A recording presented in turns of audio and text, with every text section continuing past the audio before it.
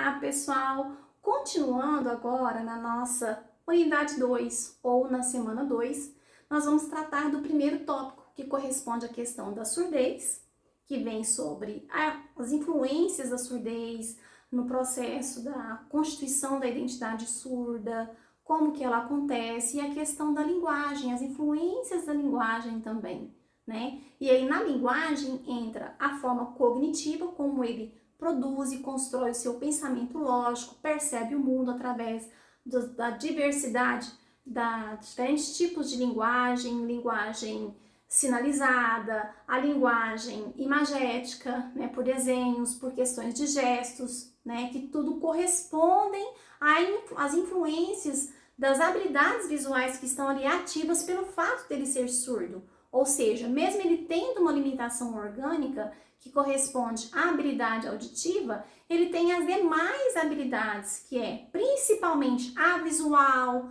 tátil, sinestésica, dentre outras, que são formas compensatórias que ele vai conseguir superar a sua limitação e agir e interagir socialmente com a sua comunidade e as demais pessoas que contemplam a sociedade. Então ele vai se sentir pertencente à sociedade, se sentir ativo na sociedade, certo?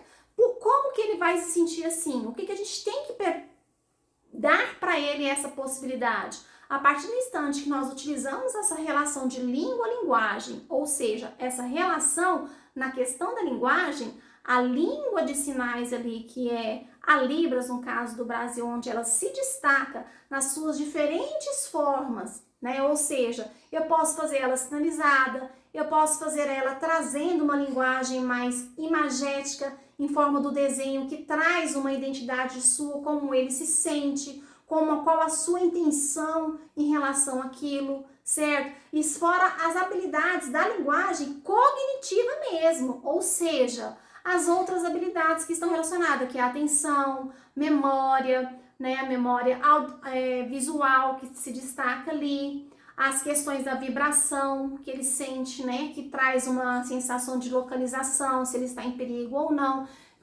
de uma forma toda associativa e combinatória. Essa perspectiva da língua e linguagem vai lhe permitir, mesmo atendo as influências da questão da surdez, não vai trazer, na verdade, o impedimento dele aprender, pelo contrário. Existe uma relação que vai permitir que ele se desenvolva e se sinta tão capaz quanto outros. Aí que vem a questão da sensação de equidade e não de igualdade com os demais seres que contemplam a sociedade. Ou seja, você conhecendo as nuances, as singularidades do surdo em função da sua surdez, ou seja, as suas limitações, ou seja, ele precisa da Libras para se comunicar e interagir socialmente, ele precisa de adaptabilidade, de recursos adaptáveis, que seja adaptável para a língua dele, adaptável para a questão visual, para ele compreender o que está acontecendo, né? A habilidade que esteja relacionada também com as questões lógicas, de formação lógica da língua dele, que corresponde às adaptações também do convívio social, por exemplo. A campainha, o som ele não escuta, mas a campainha pode ser, e que tem a ver com a sua identidade, com a sua cultura, a questão da luz.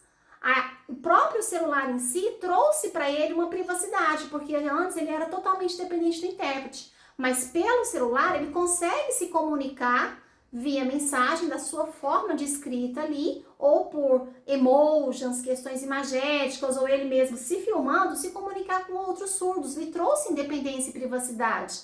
Então, as várias formas de linguagem, se é questão de redes sociais que vem se explodindo, né? A utilização de videocasts, não só de audiocast é para questão auditiva, mas o videocast porque ele se filma, a questão de lives e outras coisas que contemplam esse aspecto da linguagem, permite essa superação da sua surdez, essa superação e compensação, né, que a surdez que todo mundo vê como uma limitação e incapacidade, mas que na verdade ela existe em outras formas compensatórias que que lhe permite acesso de forma, por adaptações, acesso a uma informação, acesso à compreensão de algo que está acontecendo e assim por diante.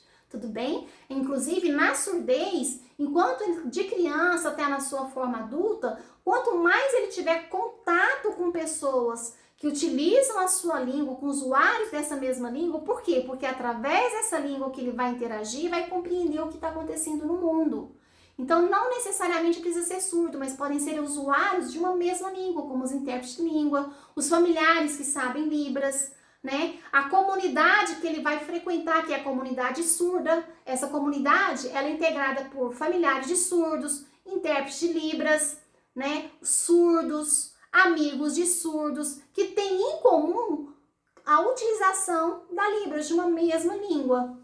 Fora isso, as festividades e eventos que acontecem, por exemplo, em associações em que essa comunidade frequenta, que são próprios disso, que vai dar o quê? Apoderamento, empoderamento, valorização da língua e também dos seus aspectos de linguagem e a sua relação cultural. E isso vai enriquecer e mostrar para ele que ele é tão capaz quanto o outro, que mesmo não sendo surdo, mas ouvinte, ele consegue também ser ativo na sociedade. E isso a gente vai enriquecer os nossos conhecimentos nos conteúdos que vão estar disponíveis nesta semana para você. Vamos lá?